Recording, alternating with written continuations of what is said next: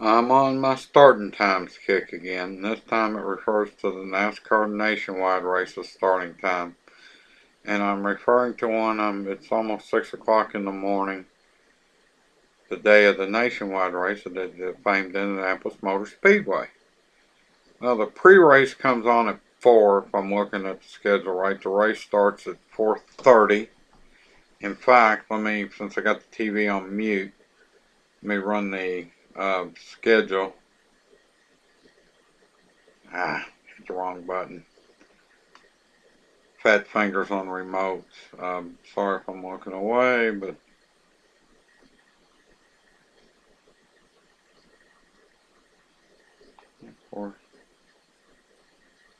of course now they don't seem to have. Yeah, they do. Race starts at 4:30, scheduled till 7. This is wrong in so many ways. Number one, I'm just watching the weather forecast on the Louisville TV station. They are talking about late afternoon showers in the Louisville area. Could they move through the Indianapolis area first? Possible we could have some heavy rain here. They said, although it may be later tonight, could it be moving through that area first and you're dealing with a track that does not have lights? Now, for people watching the race on TV, this messes up either your Saturday night short track plans. Most short tracks start at 7 o'clock anymore. So if you're going to watch the whole race, you can't get there on time. Now, for the people at the races, I did a quick search of tracks within a reasonable, so let's say 2 hour or so drive of Indianapolis Motor Speedway. And this is just what I found. Now, first, O'Reilly Raceway Park, more commonly known as Indianapolis Raceway Park. It's been some other names all over the years. I could not get their website to say if they're running. That's on the west side of Indianapolis, as in the Indianapolis Motor Speedway. My guess is they're running something tonight. Again, if you're at the Nationwide race, impossible to get there. On the southeast side of Indianapolis, the Indianapolis Speedrome is racing tonight. And if you want to go from one extreme to the other, you're dealing with a 2.5 mile track to a 5 mile track. Also, north of Indianapolis, the Anderson Speedway is racing tonight.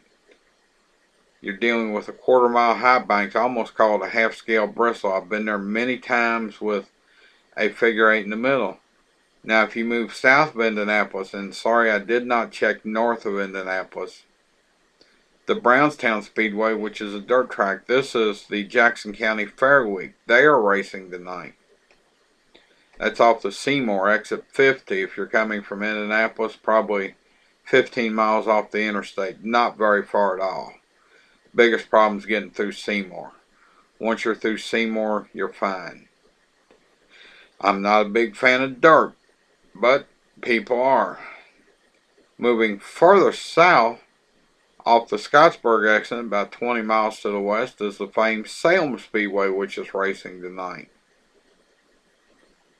And again, can't get there. I'm sure most of these tracks starting at about 7 o'clock, except you might make Brownstown if they start like they used to do some years ago. They were always late. I went there one time, got home about 3 in the morning and never watched a feature. Never been back to a race. Been to some practice sessions. That's it.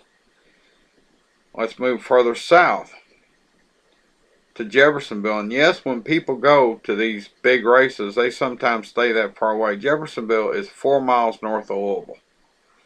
There's a track called the Jeffersonville Sportsdrome who races every Saturday night.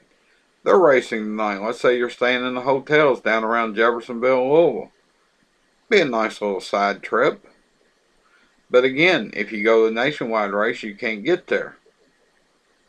It's just wrong. This is TV controlled, unfortunately. I am a big proponent. I frankly think any afternoon races should go green by 12:30. I've always thought that way. I will never change. And yes, I have done the 2 tracks in one day. I did the Indianapolis, the first Brickyard, and then hightailed it back to Jeffersonville when Brickyard was on Saturday for the regular night shows. I was involved with some cars and so forth on the crew. Still am, for that matter. But It's just wrong. In short, it messes up dinner plans. If you're watching on TV, it can mess up your dinner plans. It can mess up if you want to go out and go to a movie or something.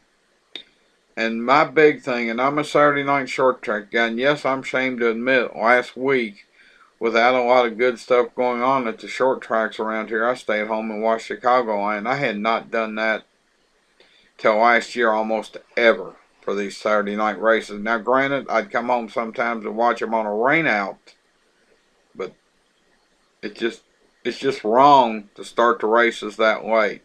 Rain, possibility while the track that don't have lights, messes the fans up there that want to either go to a Saturday night track. I just named several within a reasonable drive areas people will stay. And TV messes up plans.